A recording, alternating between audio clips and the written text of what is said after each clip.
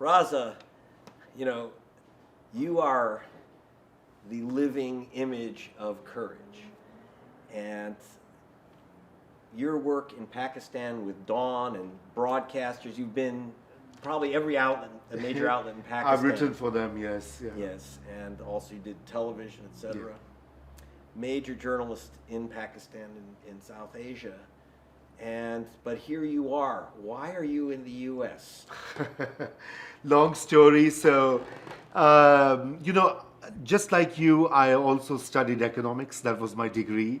And I worked for a number of organizations such as the UN, the Asian Development Bank, the government of Pakistan, and then switched to journalism in my late 30s or so. Same with me. Yeah, Late. and late 30s, early 40s. And the idea was that I realized that the real power or meaning in life is to actually inform the people, tell them what is the truth, uncover things that are away from them, and that is what I was doing in Pakistan. I used to be in the Philippines with the Asian Development Bank. I quit, came back to Pakistan, joined a paper called the Friday Times. I'm still affiliated with them, and then later on got onto TV.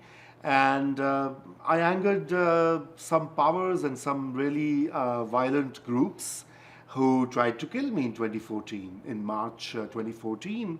And I was attacked, my driver died.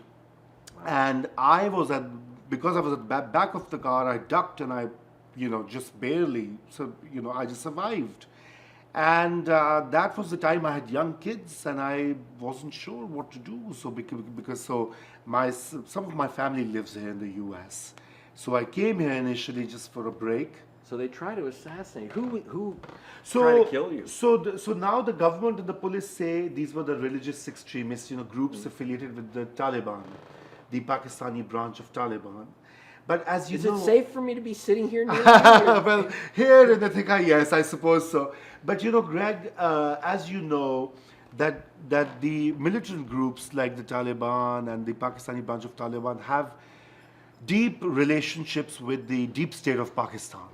So that was the gray area that I wasn't sure. Was it the deep state that was trying to do that? I mean the intelligence agencies in Pakistan, or were these autonomous militant groups? So one can never know about these things, It is because it's so murky.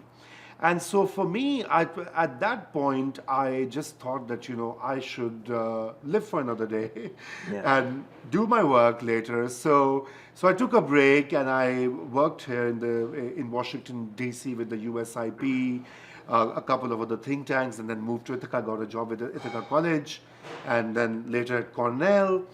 But then I went back to writing and went back to journalistic work. So I've also set up my own digital outlet. I've over the past few years, it's very Pakistan-centric, of course, and South Asia-centric. And then I teach journalism here. I'm doing this work for Pak Center for Independent Media.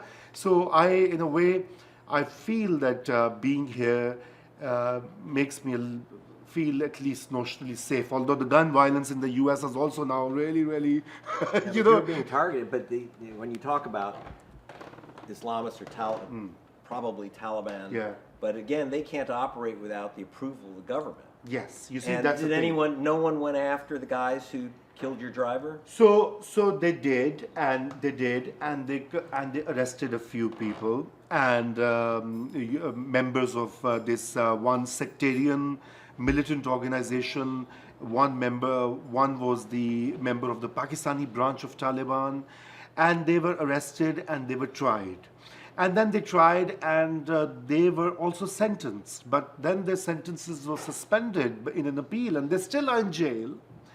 And I don't know what happens to that case. So I keep on following up, and it's all stuck up somewhere in the judicial and bureaucratic, rut. And so to be honest, I'm not, and I don't even know whether they're the real culprits or not. Or it was just, in our countries, police just picks up people here in the US also wrongful. Pretend, right? Yeah. So, well, they took care, right? Because there was international attention to your case. Exactly. And they had to get someone. But Exactly. you've pissed off some presidents there and some leaders. Well, I mean, not presidents per se, but I think I did piss off, members of the intelligence agencies, and because it's just like you were talking about the whole label of being unpatriotic. You're critical of their policies, and I was critical of Pakistan's foreign policy, Pakistan's support to groups like Taliban. It's blind eye to militant organizations of spreading religious extremism in the country. So that was my major beat. A lot of my talk shows on TV, my writings, my research focused on that, and that obviously angered those who were supporting these groups, right? And they thought that maybe. And another angle is that I'm also a proponent of peace between India and Pakistan, which are warring neighbors, as you know. So I wrote my first book was on Indian capital Delhi.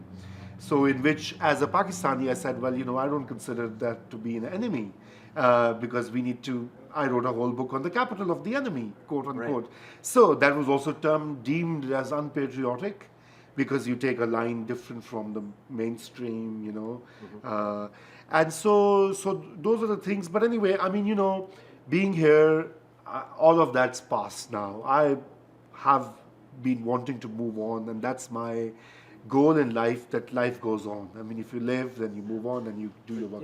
It's got to be tough to be in exile from your country. Yes, it was. Yeah, for 5 years I did not go back. To almost 5 years. I was too scared to go back.